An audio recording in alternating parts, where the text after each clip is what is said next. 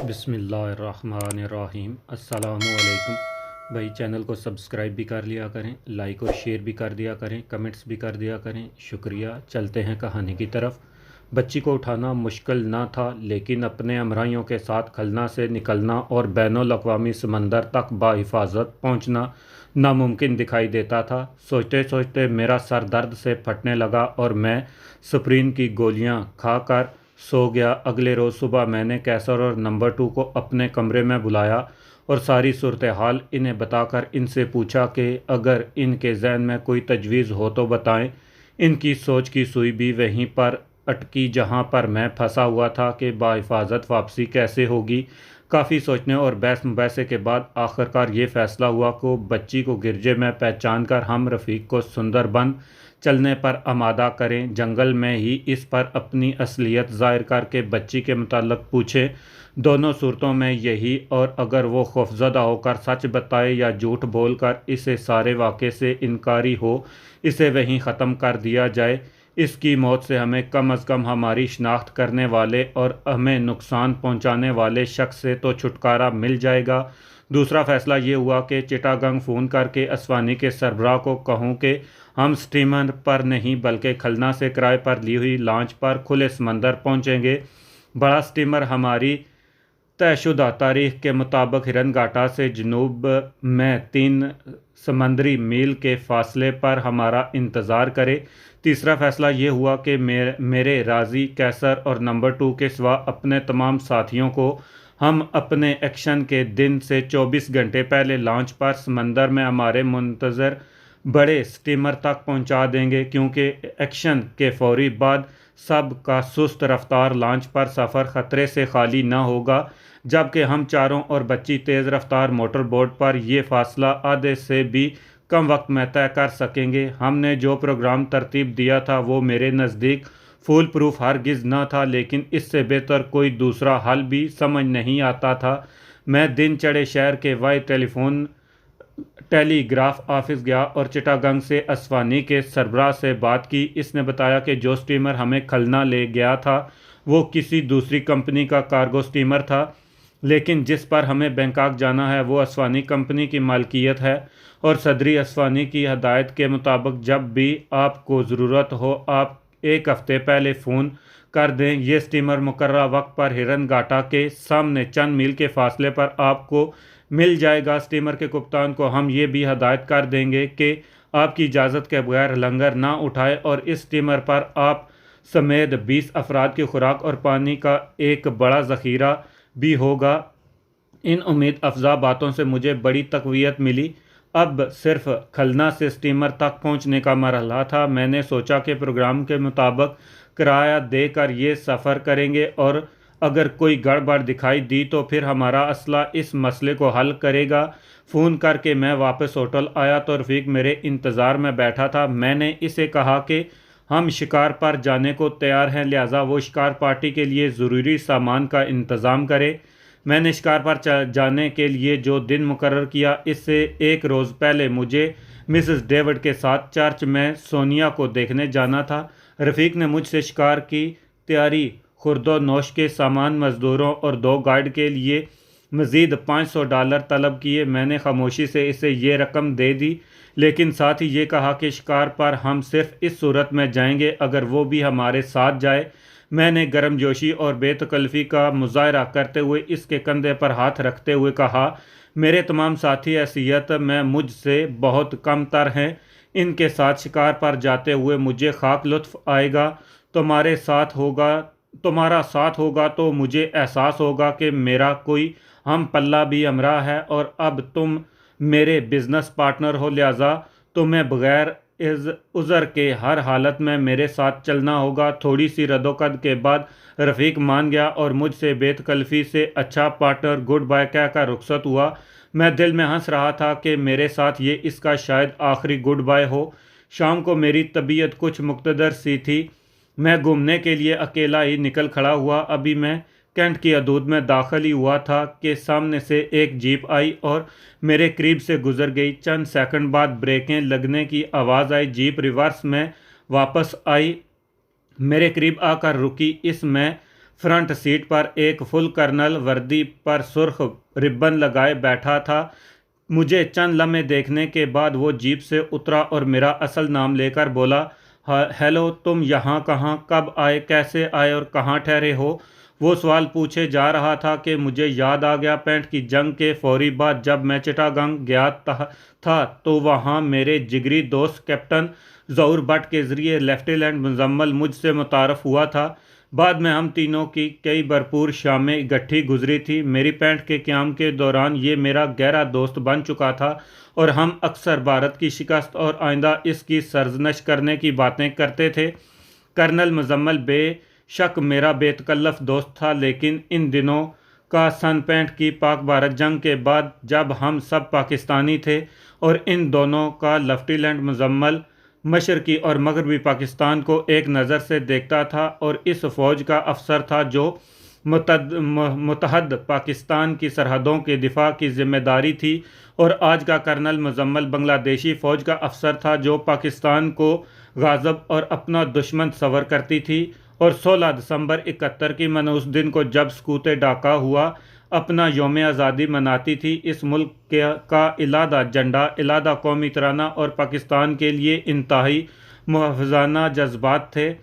Colonel Muzammil से इस अचानक और गैर मुतवक्का टकराव से मैं फ़िलहाल घबरा गया। मेरी ज़ुबान गुंग हो चुकी थी। मुजम्मल चंद लम्हे मेरे जवाब का इंतज़ार करता रहा, फिर यकायक आगे बढ़कर मुझे गले लगाता हुआ आहिस्तगी से बोला, मेरी कर्नल की वर्दी देखकर घबरा गए हो या इसलिए कि मैं बांग्लादेशी फ़ौज का अफसर हूँ? लेकिन दोस्त, ये कभी ना भूलना कि मेरे ख्यालात और जज्बात में पाकिस्तान से जो वालेहाना अकीदत थी वो ख़त्म हो गई है, या इसमें कोई कमी वाक़या हुई है। मैं दिल की गहराइयों से पाकिस्तानी था, पाकिस्तानी हूँ और इंशाअल्लाह मरते दम तक पाकिस्तानी रहूँगा। हालात की सितम ज़रीफ़ी और हमारे लीडरों की गद्दारी और वतन फरोशी से मुल्क बेशक दो टुकड़े हो गया, लेकिन मेरे दिल और जज्बात के टुकड़े ना हो सके।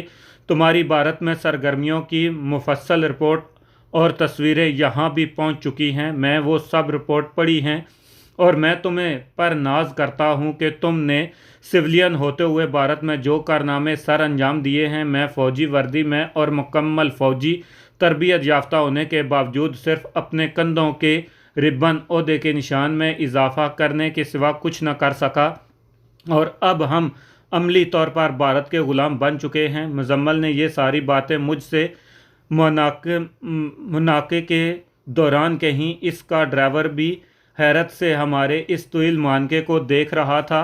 मुजम्मल की हालत ऐसी थी कि जो लाओ सालों से इनके अंदर उबल रहा था वो फट कर बाहर निकल आया था। मैंने सरगोशी में ही इसे कहा, कर्नल मुजम्मल, क्या ये बेहतर ना होगा कि हम कहीं इलादा बैठकर बातें करें और अपने दिलों का हवाल बयान करें? दीवारों के भी कान होते हैं। कर्नल मुजम्मल ने मेरी बात सुनकर हंसते हुए जवाब दिया, मेरे घर से बेहतर कोई जगह नहीं और तुम्हें अभी मेरे साथ मेरे घर चलना होगा।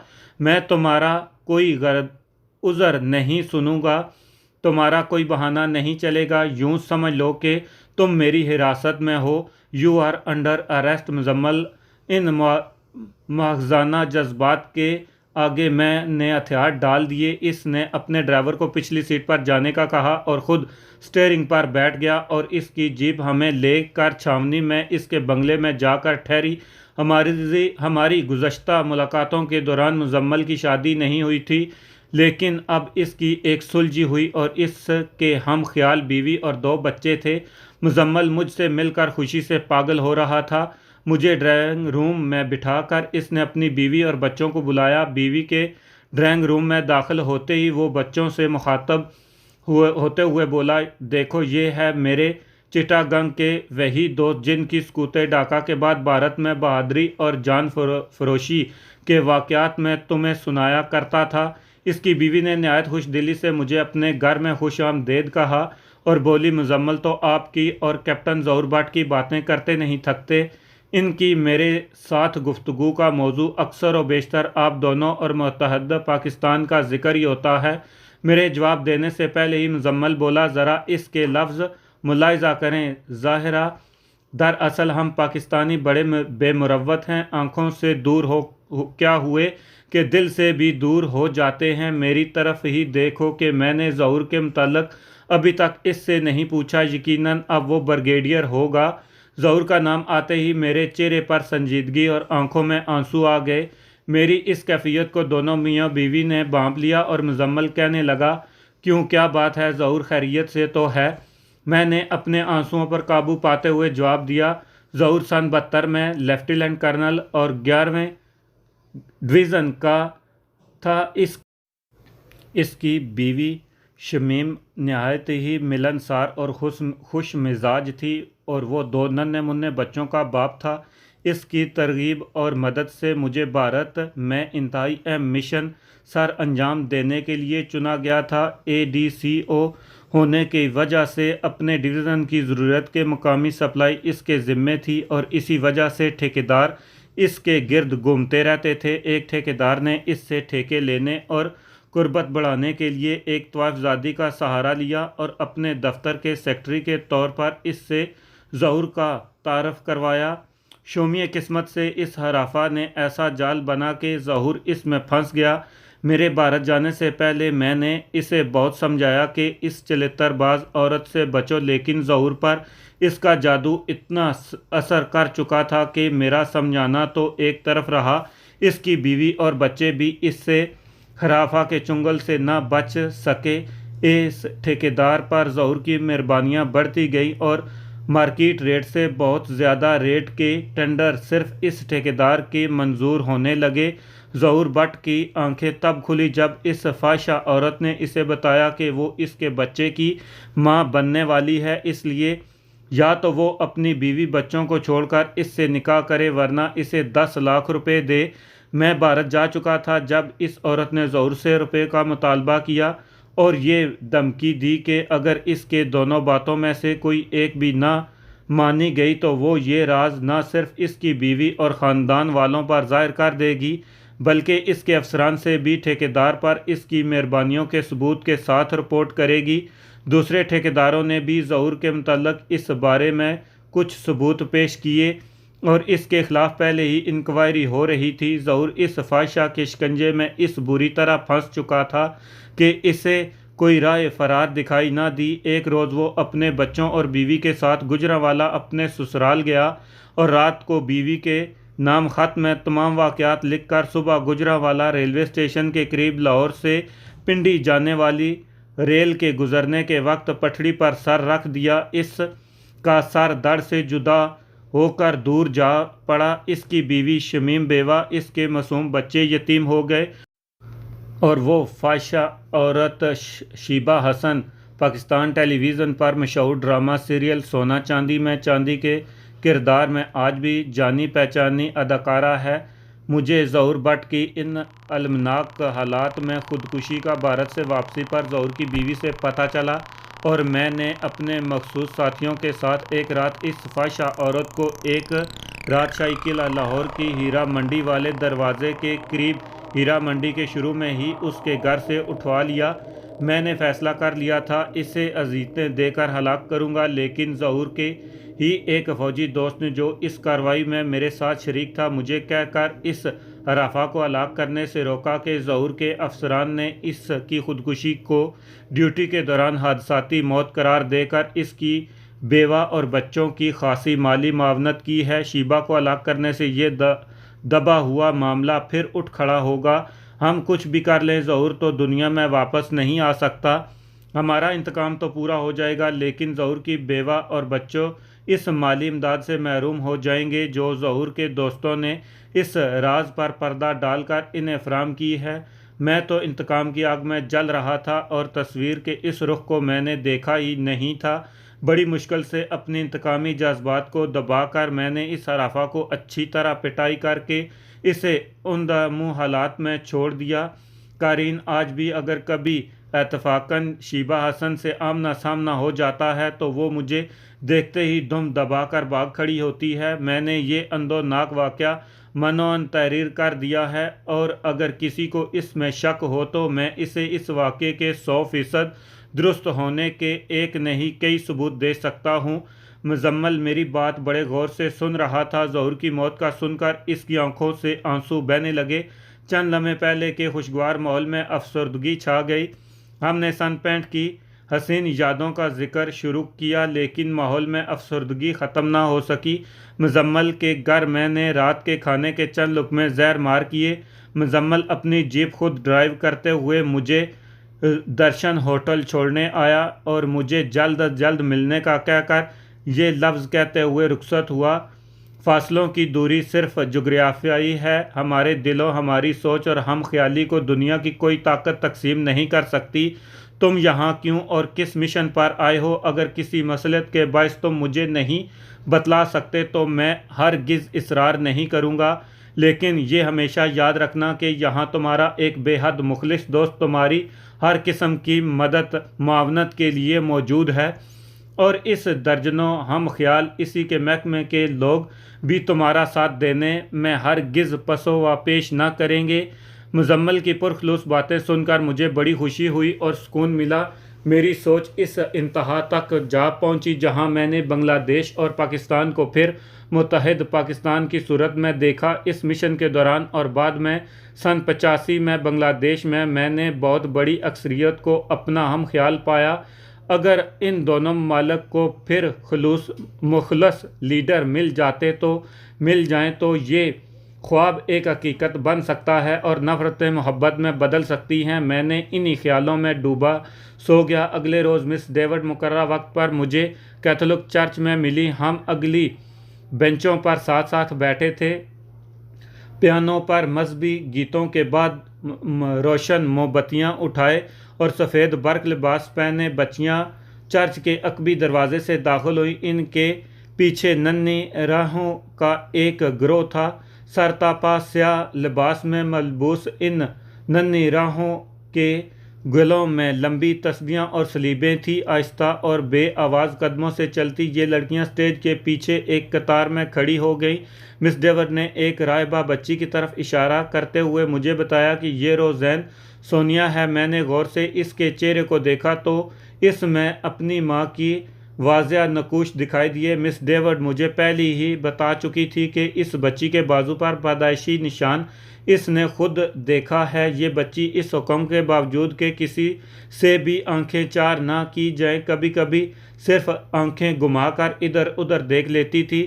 मिस डेविड ने मुझे इस बच्ची से अपनी मुलाकात का यकीन दिलाने के लिए इसे ही एक मौके पर बच्ची को देखते हुए हाथ हिलाया। क्या बच्ची ने इसे देख लिया और धीमे से मुस्कुराई। मुझे भी इस बच्ची की असल सोनिया होने का यकीन हो चुका था। चर्च से निकलकर मैंने मिस डेविड को $1000 दिए और ख़ुद इन बच्चों को के दिन में सवार होने तक चर्च के कंपाउंड में ही खड़ा रहा। वैन के रवाना होने के बाद मैंने एक साइकिल रिक्शा किराए पर ली और खनका तक जाकर इस रास्ते से वापस आ गया।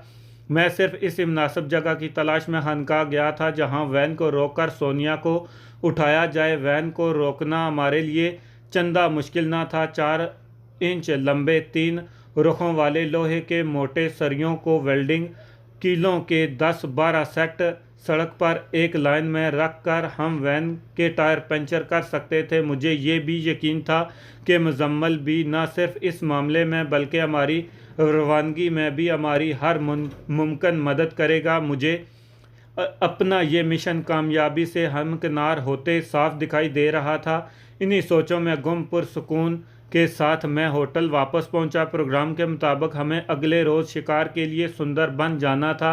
मैं अभी तक ये फ़ैसला ना कर पाया था कि कर्नल मुजम्मल को अपना शरीक राज बनाऊं या नहीं, लेकिन यह तय था कि अगले रोज़ शाम को मैं अगर मुजम्मल से मिलने इसके घर ना गया तो इसने यकीनन दर्शन होटल में फ़ोन करके मुझसे रब्ता करना था। अगर इसे ये बता दिया जाता कि मैं अपने साथियों समेत सुंदरबन शिकार के लिए चला गया हूं तो इसे यकीनन इस बात का दुख होता कि मैंने इसे अपने इस प्रोग्राम का क्यों नहीं बताया।